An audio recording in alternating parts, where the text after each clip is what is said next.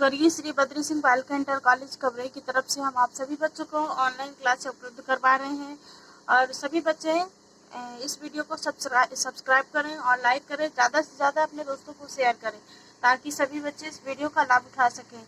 इस कोरोना महामारी को देखते हुए बच्चे घर पर ही अपनी रह कर के तैयारी करें क्योंकि अभी स्कूल और कोचिंग सब बंद है और हमारे जो वीडियो है सभी NCERT पैटर्न बेस पर हैं।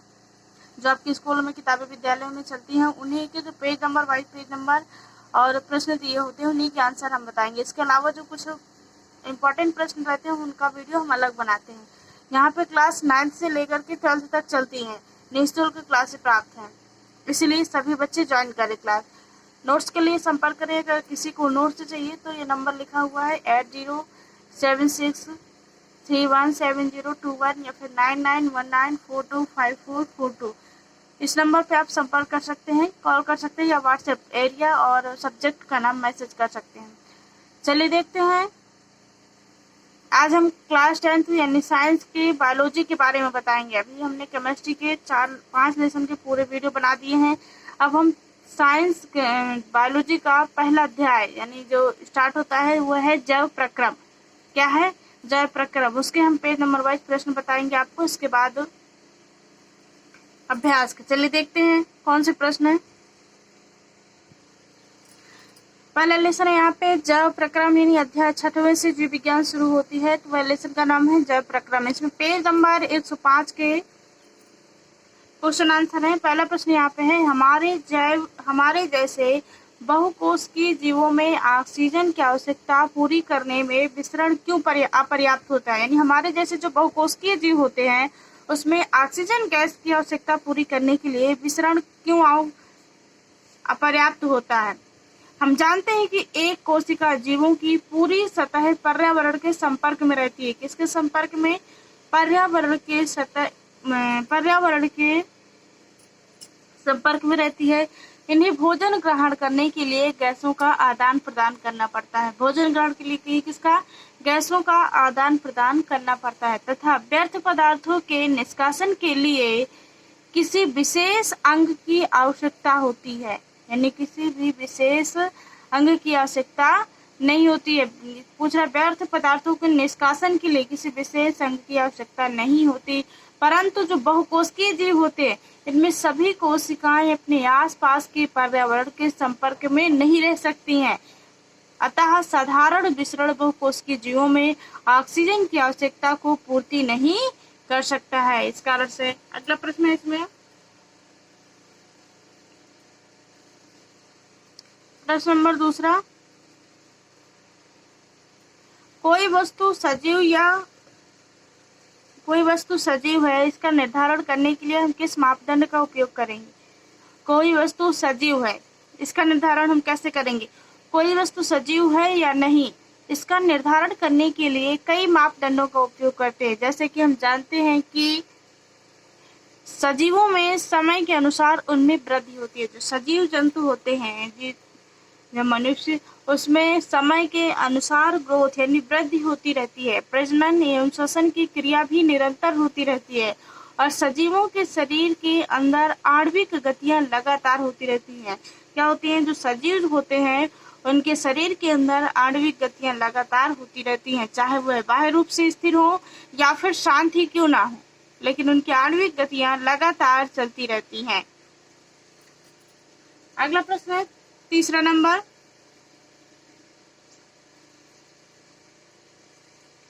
किसी जीव द्वारा किसी कच्ची सामग्रियों का उपयोग किया जाता है। किसी जीव द्वारा किन कच्ची सामग्रियों का उपयोग किया जाता है। हम जानते हैं कि जीवों को अपना जीवन यापन करने के लिए ऊर्जा की आवश्यकता होती है। कोई भी जीव जंतु या मनुष्य, उनको अपना जीवन यापन करने के लिए ऊर्जा की आवश्यकता जरूरत पड़ती है, ऊर्जा की आवश्यकता होती है। अतः ऊर्जा की आवश्यकता की पूर्ति करने के लिए प्रत्येक जीव विभिन्न स्रोतों से कच्ची सामग्रियों का उपयोग करते हैं, जो इस प्रकार है। किस प्रकार से हैं? वायुमंडल से ऑक्सीजन और पृथ्वी से जल एवं सूर्य प्रकाश इत्यादि आदि। ये क्या है? कच्ची सामग्रियों को उपयोग में किया जाता है। प्रश्न नंबर 4 देखेंगे।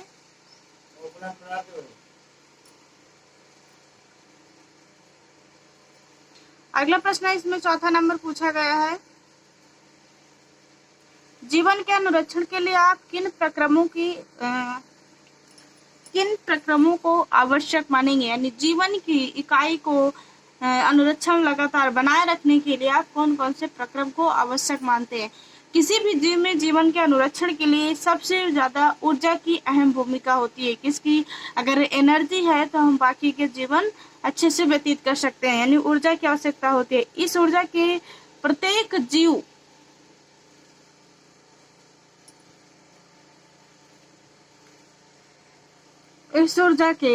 प्रत्येक जीव अपने भोजन के माध्यम से प्राप्त करते हैं। किसके माध्यम से?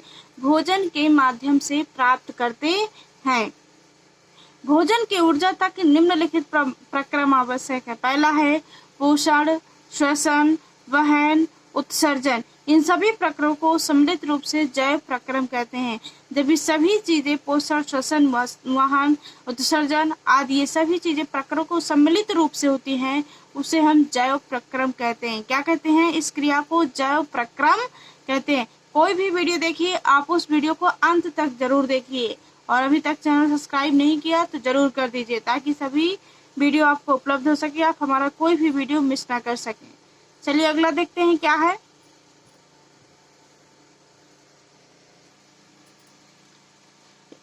अब हम आपको पेज नंबर 111 के प्रश्न उत्तर बताएंगे। इसमें है पहला प्रश्न, स्वयं पोषी पोषण तथा विषम पोषी पोषण में अंतर। ये बहुत इंपॉर्टेंट प्रश्न है, पूछा जाता है कई बार। स्वयं पोषी पोषण और विषम पोषी पोषण में क्या अंतर है? स्वयं पोषी पोषण उन जीवों के पोषण की प्रक्रिया है। स्वयं पोषी पोषण, स्वयं से सीधे आ रहा है, स्वयं पोषी पोषण उन जीवों की पोषण की प्रक्रिया है जो अपना भोजन प्रकाश संश्लेषण की क्रिया द्वारा स्वयं बनाते हैं। जो अपना भोजन होते हैं प्रकाश संश्लेषण की क्रिया द्वारा जो स्वयं बनाते हैं, वह स्वयं पोषी पोषण होते हैं। भोजन के लिए कच्चे पदार्थों जैसे वायुमंडल से कार्बन डाइऑक्साइड, जल तथा सूर्य के प्रकाश आदि का उपयोग कर पत्तियों में उपस्थित क्लोरोफिल की सहायता से भोजन बनाते हैं। जो पत्तियों में उपस्थित होता है ग्रीन कलर, वो क्लोरोफिल के कारण होता है। किसके कारण होता है? क्लोरोफिल की सहायता से भोजन बनाते हैं। उदाहरण जैसे हरे पौधे तथा जीवाणु। जो जीव अपना भोजन प्रकाश संश्लेषण की क्रिया द्वारा स्वयं भोजन के लिए प्राप्त करते हैं, स्वयं बनाते हैं, वह स्वयं पोषी पोषण होता है।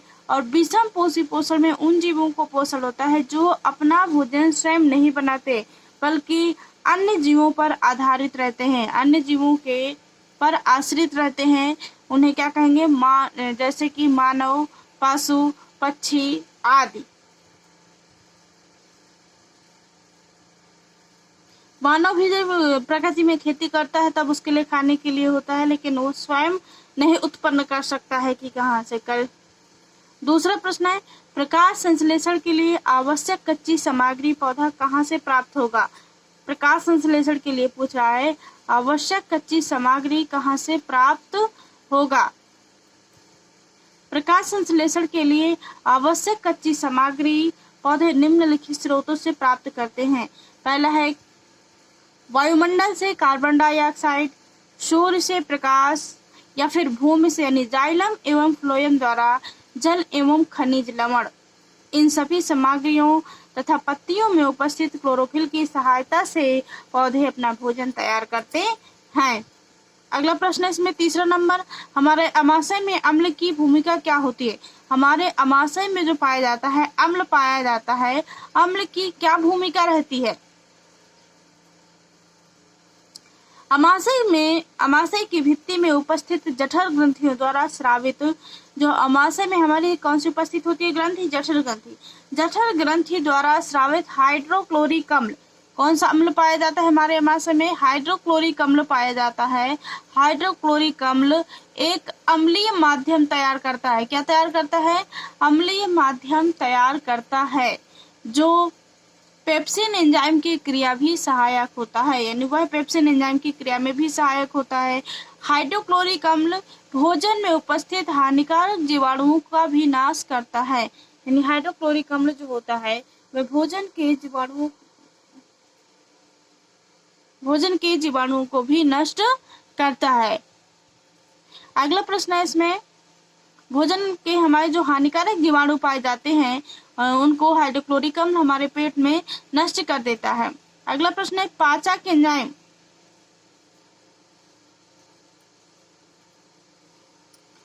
पाचक एंजाइमों का क्या कार्य है? जैव उत्प्रेरक द्वारा भोजन को पचने में अवशोषित करने के लिए जैव उत्प्रेरकों द्वारा भोजन को पचने एवं अवशोषित यानी ग्रहण करने के लिए इसे छोटे छोटे अणुओं में विखंडित करने की क्रिया को एंजाइम कहते हैं। यानी इकट्ठा तो हम सीधा बड़ा सा टुकड़ा खा नहीं लेते, जो छोटे छोटे पीस करके यानी विखंडित करके खाते हैं उस क्रिया को क्या कहेंगे? एंजाइम्स कहते हैं। जैसे एमिलेज, लाइपेज, पेन, ट्रिप्सिन आदि पाचन एंजाइम जटिल पदार्थों कणों को छोटे छोटे अणुओं में विखंडित करने में मदद करते हैं। ये सरल कण आसानी से रक्त द्वारा अवशोषित कर लिए जाते हैं। किसके द्वारा? रक्त द्वारा आसानी से अवशोषित कर लिए जाते हैं और शरीर की सभी कोशिकाओं में पहुंचाया जा सकता है। ब्लड सर्कुलेशन के माध्यम से ये शरीर के सभी अंगों में पहुंच जाते हैं। अगला प्रश्न है यहाँ पे,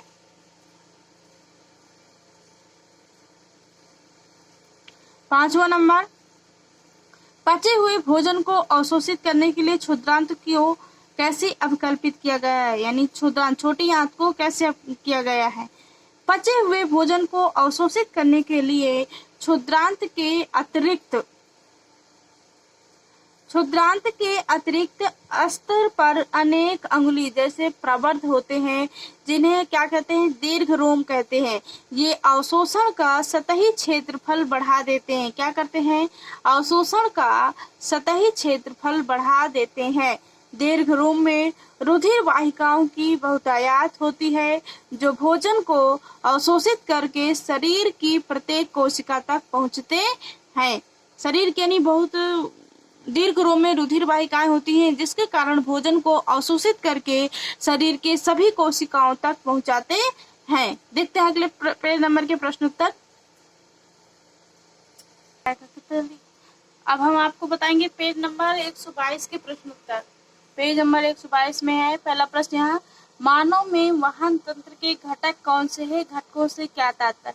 मानव में जो वाहन तंत्र पाए जाते हैं उसमें निम्नलिखित घटक हैं। पहला है ब्लड, हार्ट, नलिकाएं, प्लेटलेट्स। ब्लड यानी रक्त। रक्त का काम शरीर के संपूर्ण भागों में भोजन से प्राप्त पोषक तत्व और ऑक्सीजन को पहुंचाना होता है। रक्त का क्या कार्य होता है? जो हम भोजन करते हैं उसमें पोषक तत्व पाए जाते हैं और ऑक्सीजन को पूरे शरीर में पहुंचाता है। जब ब्लड का सर्कुलेशन होता है तो जिसके माध्यम से हम भोजन को पोषक तत्व और ऑक्सीजन का पहुंचाता है। यह कार्य रक्त में उपस्थित प्लाज्मा के द्वारा होता है। रक्त में उपस्थित प्लाज्मा के द्वारा होता है। दूसरा है हृदय। हृदय के मुख्य 4 कोष्ठक होते हैं। कितने होते हैं? 4, जो ऑक्सीजनत रक्त तथा विऑक्सीजनत रक्त को अलग करने में सहायक होते हैं। हृदय ऑक्सीजनत रक्त को शरीर के विभिन्न भागों में पहुंचाने का कार्य करता है। इसमें ऑक्सीजनत और विऑक्सीजनत पाए जाते हैं। इसमें ऑक्सीजनत रक्त जो होता है तो वह जिसमें ऑक्सीजन पाई जाती है उस रक्त को शरीर में विभिन्न भागों तक पहुंचाने का कार्य हृदय करता है। अगला है नलिकाएं। धमनी व रुधिर वाहिकाओं में जो रुधिर को हृदय से शरीर के विभिन्न भागों तक ले जाने का कार्य करता है वह सिरा तथा सिराएं और विभिन्न अंगों से रुधिर एकत्र करके वापस हृदय लाने में कार्य करती। नलिकाएं जो होती हैं तो वो धमनी और सिराएं होती है। धमनी में रुधिर वाहिकाओं का क्या होता है? जो रुधिर को हृदय से शरीर के विभिन्न भागों तक ले जाने का जो कार्य करती है वह धमनी होती है और विभिन्न अंगों से एकत्र करके वापस हृदय में लाने की क्रिया को सिराएं कहते हैं। अगला है प्लेटलेट्स। प्लेटलेट्स कोशिकाएं रक्तस्राव के स्थान पर रुधिर का थक्का बनाकर मार्ग अवरुद्ध कर देती है, यानी मार्ग बना देती। प्लेटलेट्स कोशिका रक्तस्राव, यहाँ जहाँ पे कोई चोट या कुछ कट जाता है, लग जाता है, ब्लड निकलने लगता है, तो रक्त स्राव यानी रक्त बहने के स्थान पर रुधिर थक्का बनाकर मार्ग अवरुद्ध कर देती है, यानी मार्ग ब्लड निकलने का मार्ग बंद कर देती है। देखते हैं अगला प्रश्न। प्रश्न नंबर दूसरे में पूछा गया है, स्तनधारी तथा पक्षियों में ऑक्सीजनक तथा विऑक्सीजनक रुधिर को अलग करना क्यों आवश्यक है? इसका उत्तर होगा, स्तनधारी तथा पक्षियों को विभिन्न कार्यों के लिए अधिक ऊर्जा की आवश्यकता होती है। क्या होती है? अधिक ऊर्जा की आवश्यकता होती है, और ऊर्जा इन जीवों के शरीर के तापक्रम को भी बनाए रखने के लिए आवश्यक होती है। ऑक्सीजन तथा विऑक्सीजनित रुधिर अलग अलग रहने पर शरीर की उच्च दक्षतापूर्ण ऑक्सीजन उपलब्ध होती है। अलग अलग होने के कारण हमारे शरीर का जो उच्च दक्षतापूर्ण क्षमता होती है वो ऑक्सीजन उपलब्ध होती है। अतः स्तनधारी पक्षियों में ऑक्सीजनित और विऑक्सीजनित रुधिर को अलग करना आवश्यक होता है। अगला तीसरा नंबर इसमें पूछा गया है, उच्च संगठित पादप में वहन तंत्र के घटक क्या हैं? उच्च संगठित पादप में वहन तंत्र के घटक क्या है? इसका आंसर होगा, उच्च संगठित पादप में वहन तंत्र के मुख्य घटक हैं जाइलम और फ्लोएम। जाइलम का काम होता है मृदा से प्राप्त यानी मिट्टी से प्राप्त जल एवं खनिज लवणों को पादपों में वहन करना, और फ्लोएम का काम होता है पादपों द्वारा प्रकाश संश्लेषण द्वारा बनाए गए भोजन को पादप के संपूर्ण भागों में पहुंचाना। अगला प्रश्न है, पादप में जल और खनिज लवण का वहन कैसे होता है? यानी पेड़ पौधों में जल और खनिज लवण का स्थानांतरण कैसे होता है या वहन? पादपों में जल तथा खनिज लवणों का वहन जाइलम के द्वारा होता है। किसके द्वारा होता है? जाइलम के द्वारा होता है। और जाइलम ऊतक में जड़ों, तनों और पत्तियों की वाहिकाओं तथा वाहिकाएं आपस में जुड़कर जल संवाहक वाहिकाओं का एक सतत जाल बनाती है, एक बड़ा सा जाल बनाती हैं जो पादप के सभी भागों से संबंध होता है, और जड़ों की कोशिकाएं मृदा के संपर्क में होती हैं तथा वह सक्रिय रूप से आयन प्राप्त करती हैं, या क्या एक्टिविटी रूप से आयन प्राप्त करती हैं। यह जड़ और मृदा के बीच आयन संचरण में एक अंतर उत्पन्न करता है। इस अंतर को समाप्त करने के लिए मृदा से जल तथा खनिज लवण जड़ में प्रवेश कर जाता है, जिससे क्या हो जाएगी, इस अंतर को समाप्त किया जा सकता है। इस प्रकार से जल अनवरत गति से जड़ के जाइलम में जाता है और फिर जल के स्तंभ का निर्माण होता है, लगातार ऊपर की ओर धकेला जाता है। यह क्रिया लगातार पेड़ पौधों में जारी रहती है। अगला प्रश्न है 5वां नंबर, पादपों में भोजन का स्थानांतरण कैसे होता है? अभी जल और खनिज लवण का अब यहाँ पे पूछ रहा है, पादपों में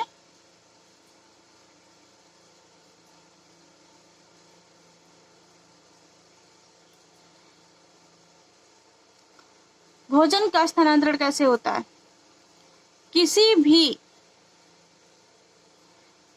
किसी भी पादप में यानी पेड़ पौधों में भोजन का स्थानांतरण फ्लोएम ऊतक द्वारा होता है। जल और खनिज लवण का जाइलम के द्वारा, और भोजन का स्थानांतरण फ्लोएम ऊतक द्वारा होता है। फ्लोएम ऊतक की कोशिकाएं पादपों के संपूर्ण भागों यानी सभी भागों तक फैली होती हैं। इसका काम पत्तियों द्वारा बनाए गए भोजन को पादपों के समस्त भागों तक पहुंचाना होता है। यानी जो पत्तियों के द्वारा भोजन बनाया जाता है वह पादपों के समस्त भागों तक पहुंचाने का कार्य फ्लोएम का होता है। इसके अलावा फ्लोएम अमीनो अम्ल अन्य पदार्थों का भी परिवहन करता है। भोजन तथा अन्य पदार्थों का स्थानांतरण संलग्न साथी कोशिका की सहायता से चालनी नलिका के ऊपरी मुखी तथा अधोमुखी दोनों दिशाओं में होता है। इसमें ऊर्जा का भी प्रयोग होता है जो ऊतक का परासरण दाब भी बढ़ा देता है। क्या करता है? ऊर्जा का परासरण दाब भी बढ़ा देता है, जिससे जल इसमें प्रवेश करता है और यह दाब पदार्थों को फ्लोएम से उस ऊतक तक ले जाता है जहां दाब कम हो जाता है। आज का वीडियो हम यही समाप्त करते हैं। मिलते हैं आपको अगले वीडियो में। और वीडियो को सब्सक्राइब जरूर करिएगा और शेयर करिएगा ताकि सभी बच्चे इस वीडियो का लाभ उठा सके। बाकी के अभ्यास के जो क्वेश्चन रह गए हैं तो हम आपको अगले वीडियो के माध्यम से बताएंगे। आज का यहीं समाप्त करते हैं। धन्यवाद।